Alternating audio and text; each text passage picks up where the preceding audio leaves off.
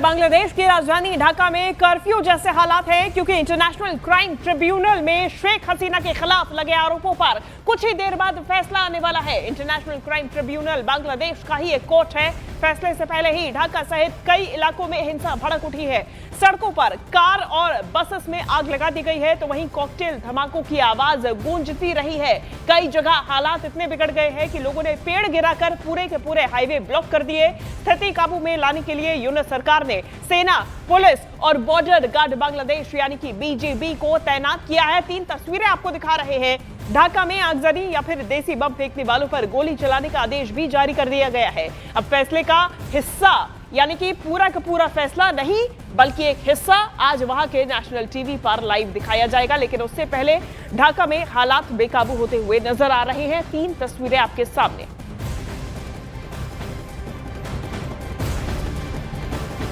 तो बता दें कि शेख हसीना पर फैसला किस बात को लेकर आना है। संगीन आरोप लगाए गए हैं। जुलाई अगस्त 2024 में छात्र आंदोलन हुआ था।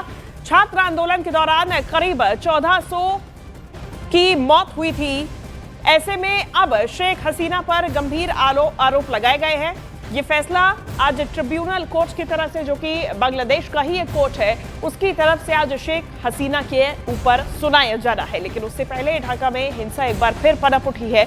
जगह जगह आगजनी की तस्वीरें सामने आ रही हैं। सेना, पुलिस बल, साथ ही साथ में बीजेपी को यूरोप सरकार की तरफ से सड़कों पर तैनात कर दिया गया है। शेख हसीना पर फैसले से पहले ढाका में हिंसा और आगजनी बढ़ गई है। लोगों की चिंता बढ़ रही है।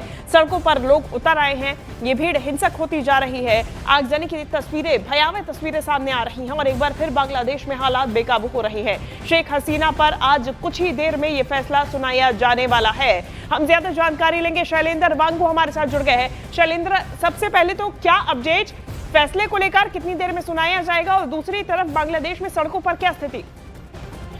देखिए, इंटरनेशनल कोर्ट ऑफ जस्टिस की तरफ से जो ये ट्रिब्यूनल जो है इसका बांग्लादेश का, वो आज सुबह 10:30 बजे भारतीय समय अनुसार और 11 बजे लोकल टाइम बांग्लादेश का जो है ये फैसला सुनाया जाएगा। इसको आपको याद दिला दें, इससे पहले शेख हसीना को लेकर जुलाई के महीने में उनको दोषी करार दिया गया था, लेकिन फैसला जो है वो अब सुनाया जाएगा। लेकिन इसी बीच हम देख पा रहे हैं कि बांग्लादेश में पिछले कुछ दिनों में वहां पे लगातार वायलेंस बढ़ा है, जिसके बाद कल बांग्लादेश की पुलिस की तरफ से बयान सामने आया था शूट एट साइट ऑर्डर्स का।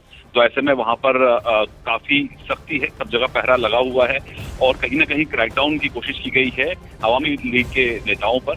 लेकिन ऐसे में हमने ये भी देखा है कि शेख हसीना की तरफ से जो सामने बयान आए हैं, जहां पे उन्होंने कहा है कि जो भी उन पर आरोप लगाए गए वो बेबुनियाद है, उनके पास कोई सबूत नहीं है, बिना सबूत पे उनके खिलाफ ये कार्रवाई की जा रही है। तो ऐसे में वहां पर जो अवामी लीग के जो तमाम नेता हैं वो इस वक्त उन्होंने शटडाउन का कॉल दिया हुआ है, लेकिन उसे निपटने के लिए वहां पर सिक्योरिटी के कड़े इंतजाम हैं। वो आज सुबह 10:30 बजे भारतीय समय अनुसार इस पर फैसला सामने आएगा। उसके बाद ये देखने होगा कि आखिर फैसला क्या आता है, क्योंकि जो प्रोसिक्यूटर है उनकी तरफ से मौत की सजा की मांग की गई है।